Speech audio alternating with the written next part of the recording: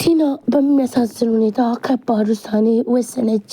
ዶክተር ርብቃን ሲጥ አደረገቻት።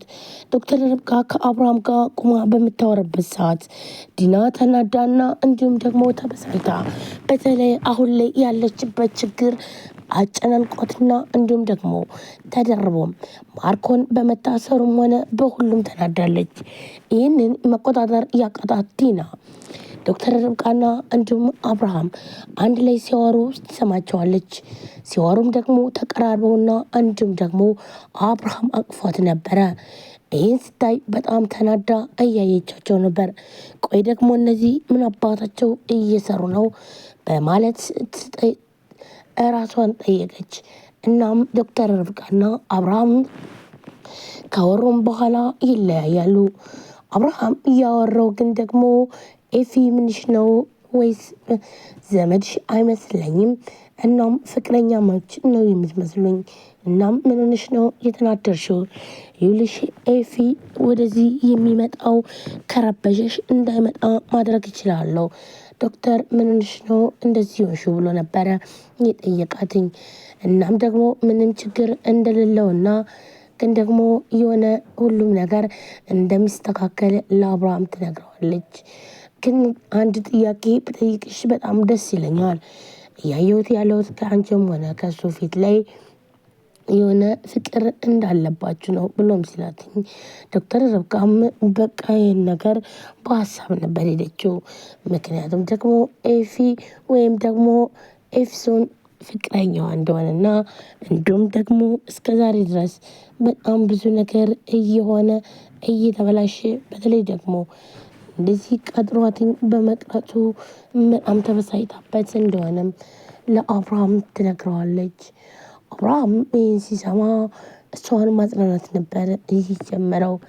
እናም በዚህ ጉዳይ ስለተናደደች በተለይ ደግሞ ከአብርሃም ጋር እንደዚህ ስትታይ ለዲና በጣም ከባድ ነበረ። ዲናን ያበሳጫትና እንዲሁም ደግሞ እንዴት ይህ ነገር ሊሆን ይችላል ብላም ያለችው በዚህ ጉዳይ ነበረ። አብርሃምም አይዞሽ በማለት እና እንዲሁም ደግሞ በማባበል ዶክተር ርብቃ ወደ ራሷ እንድትነሳ ነበር ወይም ደግሞ እንድትመለስ ነበር የፈለገው እንጂ ሌላ ነገር በፍጹም ፈልጎ አልነበረም። ግን ደግሞ ወይም ደግሞ ዲና ያዞረችው ወይም ያሰበችው ግን ከአብርሃም ጋር የሆነ እንደምትባልግና የማይሆን ነገር እንደምታደርግ ከዛም እሷ እንደደረሰችባቸው ነው ያሰበችው። አብርሃም ደግሞ ይህ በጣም ነበር ያናደደው። ዲና ለዚህ ቦታ አልሰጠችውም። ዲና አሁን ላይ በጣም ተናዳና ተበሳጭታ ለራሷ እና እንዲሁም ደግሞ እየተፈጠረ ያለው ነገር በጣም አስጠልቷታል። በተለይ ደግሞ አሁን ላይ ከማርኮን ጋር በመለያየቷ እናም ደግሞ የተጠየቀችው 500,000 ብር ለእሷ በጣም ከባድ ነው። ይህን 500,000 ብር ካላመጣች አሁን በቅርቡ ለአንቺ በጣም ከባድ ነው የሚሆንብሽ ተብላለች። ይህ ራሱን ለሷ አሰቃቂና እንዲሁም ደግሞ ከባድ ነገር ነው። አብርሃም ወይም ደግሞ ይህንን 500,000 ብር የተጠየቀችውን ከየት አምጥቼ ነው አሁን የሚከፍለው? ቆይ ግን ምን ማድረግ አለብኝ እያለችም እያለ አብርሃም ይሰማታል። ቆይ ዲና ምንድን ነው የሆንሽው? ሰሞኑን እኮ ልክ አይደለሽም። ምን ተፈጥሮ ነው? ለምንድን ነው የማትነግሪ ብሎ አብርሃም ይጠይቃታል። እና ማን ነው የሚያስፈራራሽ ሰውስ አለ ወይ ብሎም ሲጠይቃትኝ ምን ማለት ነው ደግሞ ማን ነው የሚያስፈራራኝ? የሚያስፈራራ ስትል ምን ማለት ነው ብላ በጣም ተናደና ተብሳይታ ትመልስለታለች። ምክንያቱም የሚያስፈራራሽ ሰው አለ ወይ ምን ሆነሽ ነው ብሎም በሚጠይቅበት ሰዓት በጣም ደነገጠች። በቃ ይህ ማለት አብርሃም ያውቃል ማለት ነው ማን እንደሚያስፈራራኝ እጁም ማንበር ክፈይ እንዳለኝ ብላ ነበር ያሰበችው። እሷም በጣም ስትበሳጭበት አብርሃም ጥሏት ነበር ሄደው። በዚህ ሰዓት አብርሃም ለራሱ ችግር ውስጥ ገብተዋል። በተለይ ልጁ ሳቤላ ታመምኩ ብላ የምታሳየው ነገር በጣም ከባድ ነው።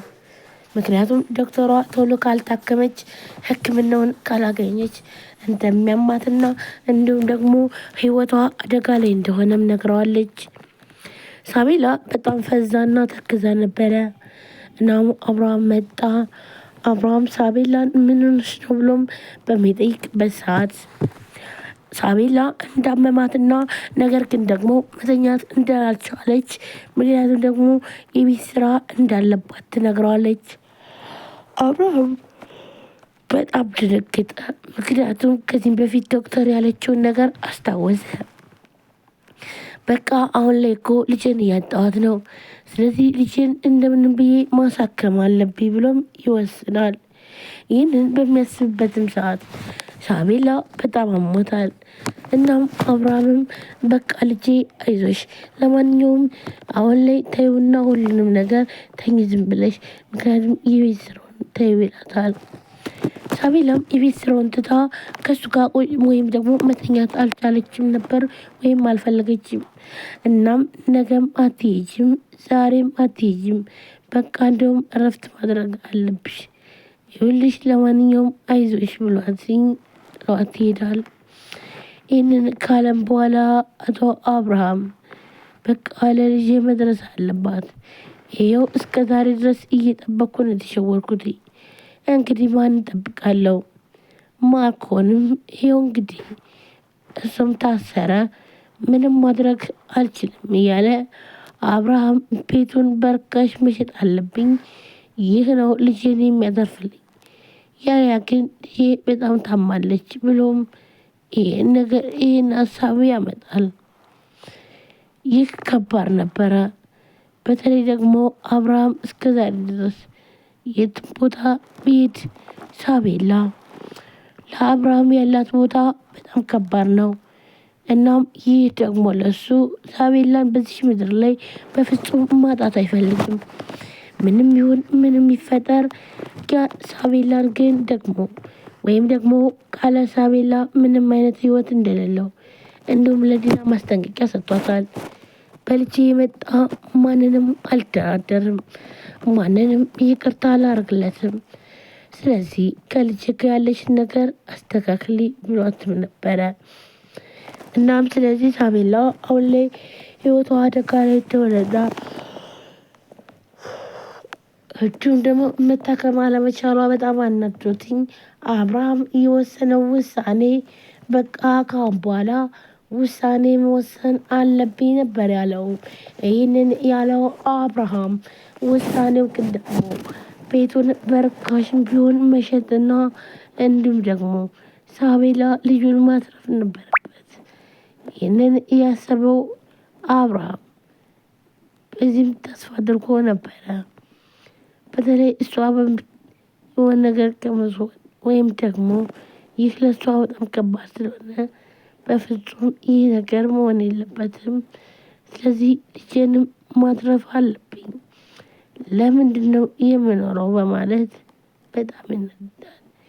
ምንም እንኳን ቢኖረኝ ምንም ባረገው ወይ ወንድሜ ያመጣ ወይም ደግሞ ልጅ በቃ በማለት በጣም ተናዶና ተወዳጅቶ አብርሃምም ከባድ ውሳኔ ወሰነ።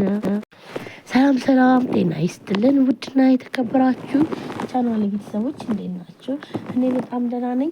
ለዚህ ቻናል አዲስ የሆነ ሰብስክራይብ፣ ላይ ሼር በማድረግ ቤተሰቡናችሁን ከልብ ነው አመሰግነው። ወደ ቤተሰቦች እንግዲህ ዛሬም በአዲስ ቪዲዮ መጥቼላችኋለሁ። ዛሬም ክፍል ሁላችሁ ቪዲዮ ላይክ፣ ሼር፣ ሰብስክራይብ በማድረግ ቤተሰቡናችሁን ከልብ ነው አመሰግነው። እንግዲህ ዛሬ በሚያሳዝን ሁኔታ